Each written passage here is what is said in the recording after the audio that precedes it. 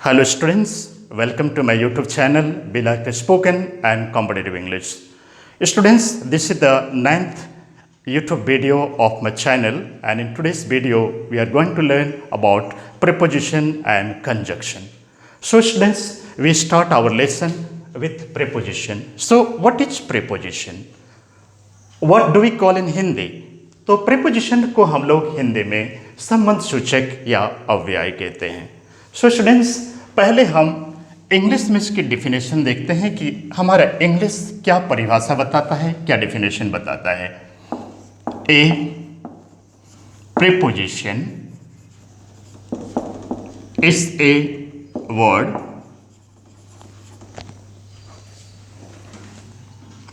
which shows a relation between two nouns and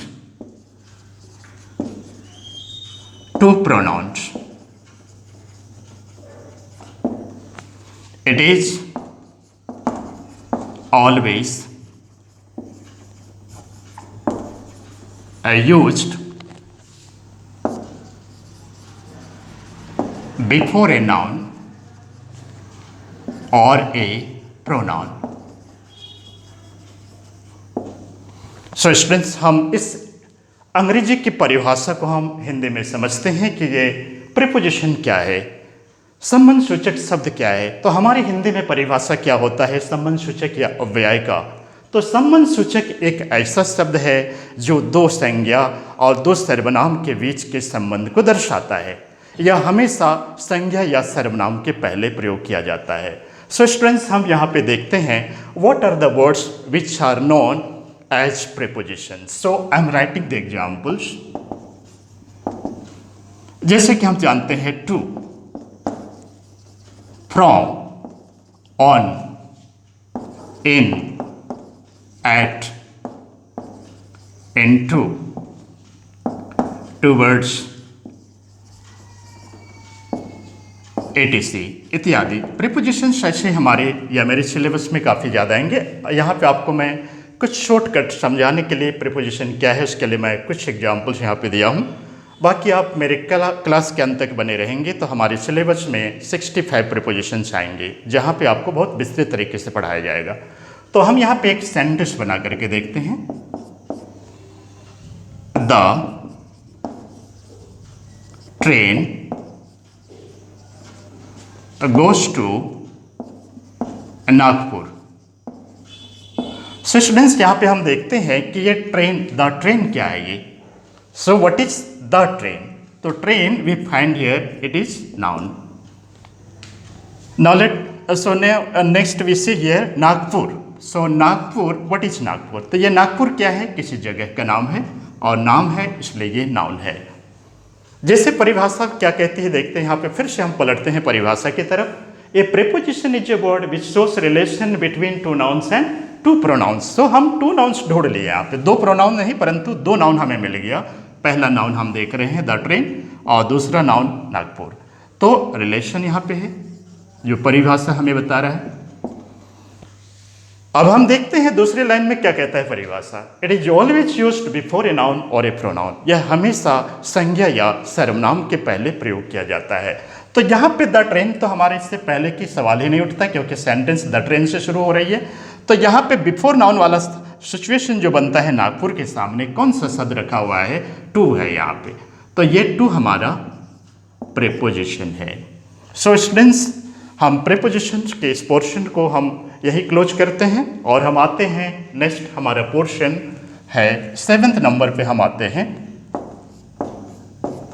conjunction.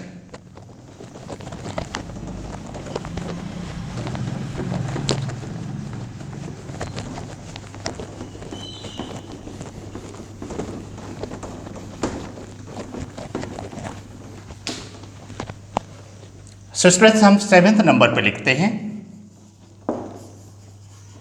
Conjunction. क्या है ये conjunction? What do we call in Hindi conjunction? Conjunction को हम लोग हिंदी व्याकरण में संयोजक कहते हैं।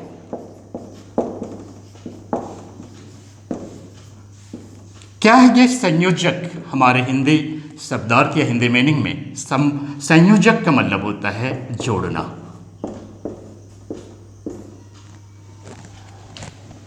स्टूडेंट्स, पहले हम लोग लिखते हैं इसके डेफिनेशन कि ये कंजक्शन क्या है अंग्रेजी में। तो हम यहां पे पाते हैं a conjunction is a word which joins two words, two sentences, and two clauses, या हम फ्रेजेस भी कहते हैं। तो यहाँ पे देखते हैं परिभाषा, a conjunction is a word which joins two words, two sentences and two clauses. तो हमारी हिंदी में क्या परिभाषा होगा? तो यहाँ पे संयोजक एक ऐसा शब्द है जो दो शब्दों, दो वाक्यों और दो उपवाक्यों को जोड़ता है। तो स्टूडेंट्स, हम देखते हैं किन शब्दों को कंजक्शन कहा जाता है। What are the words which are known as conjunctions? So let us see. जैसे कि हम देखते हैं एंड, बट, बिकॉज, और, nor, so that, when,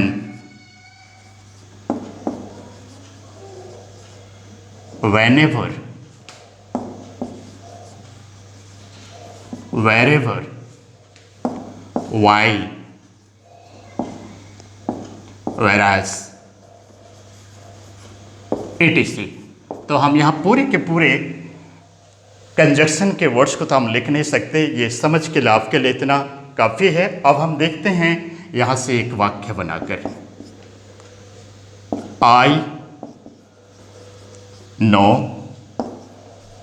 English but I don't speak because I am an Indian. So students, हम इस वाक्य को देखते हैं, I know English but I don't speak because I am an Indian. इस प्रकार के वाक्य बहुत बार जो लोग अंग्रेजी को अच्छी तरह से नहीं जानते हैं, बहुत बार इस प्रकार के चैलेंज करते हैं। इसलिए मैंने इस वाक्य को लिया है यहाँ पे। जिसको थोड़ा सा अंग्रेजी से नफरत होता है, इस तरह के व्यक्ति इस प्रकार से वाक्यों का प्रयोग करते हैं। तो ये आपके याद रहे, इस दृष्टि से मैंने इस वाक्य को लिया है, I know English but I don't speak because I am an Indian. तो यहाँ पे भारतीय होने का एक दावा करते हैं, परंतु सही मायने में ऐसा होता नहीं है। तो हम देखते हैं इस वाक्य में आई नो इंग्लिश, यहाँ पे एक फुल स्टॉप दिया जा सकता है। अब हम देखते हैं वाक्य आई डोंट स्पीक, तो इस वाक्य को भी हम यहाँ पे फुल स्टॉप दे सकते हैं, because I am an Indian. तो यहाँ पे कहने का मतलब, अगर हम इसको अलग करके हम निकाल लें तो यहाँ हमारा सेंटेंस आई नो इंग्लिश अपने आप में एक पूर्ण वाक्य है। अब हम देखते हैं दूसरा, आई डोंट स्पीक, ये भी अपने आप में एक पूर्ण वाक्य है। फिर हम देखते हैं यहाँ पे तीसरा, आई एम एन इंडियन। तो यहाँ पे आप देख रहे हैं 3 वाक्य है, और ये 3 वाक्य को कौन से शब्दों ने जोड़ा है? तो हम पाते हैं 2 शब्द हमें मिलते हैं इस वाक्य में। एक है यहाँ पे आई नो इंग्लिश के बाद बट, आई डोंट स्पीक के बाद बिकॉज। तो हम यहाँ पे बट हम देख रहे हैं और दूसरा हम देख रहे हैं बिकॉज। ये दो शब्दों ने जोड़ा है और ये हैं यहाँ पे कंजक्शन, संयोजक।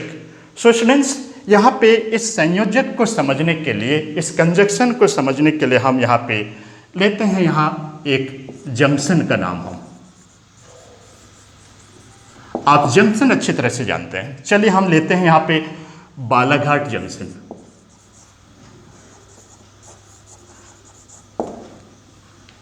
यह है जंक्शन बालाघाट।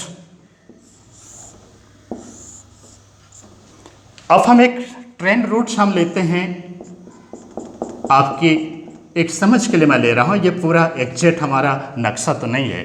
तो यहां पे चलिए गोंदिया हम रखते हैं। एक ट्रेन रूट हम यहां से ले जाते हैं और ये जा रही है कटंगी की ओर। और एक ट्रेन रूट हम ले जा रहे हैं जबलपुर की ओर। हालांकि ये काम अंडर कंस्ट्रक्शन चल रहा है, अभी पूरा हुआ नहीं है जबलपुर। तो आप देख रहे हैं यहाँ पे, अगर ट्रेन रूट्स सीधे सीधे गोंदिया से जबलपुर जाए, कटंगी ना जाए, या तो जबलपुर ना जाए कटंगी जाए, तो ये बालाघाट नाम के सामने यहाँ पे जंक्शन नहीं लिखा जाएगा, रेलवे स्टेशन हो जाएगा। कहने का मतलब जहाँ पे जिस स्टेशन पर एक से अधिक ट्रेन लाइन जुड़ती है उसी को हम लोग जंक्शन कहते हैं। आप इसी को यहाँ पे देख रहे हैं, जहाँ जैसे हमारे डेफिनेशन में कहा गया है, एक conjunction is a word which joins two words, two sentences and two clauses. यानी कि एक से अधिक शब्द, वाक्याएं और कुछ उपवाक्याएं जुड़ रही हैं, और इन्हीं को कहा जाता है कंजक्शन यानी कि संयोजक। So students, for today we conclude our class here. Thank you very much for watching, and keep on watching. I will come again with some new videos, and that should be very, very interesting.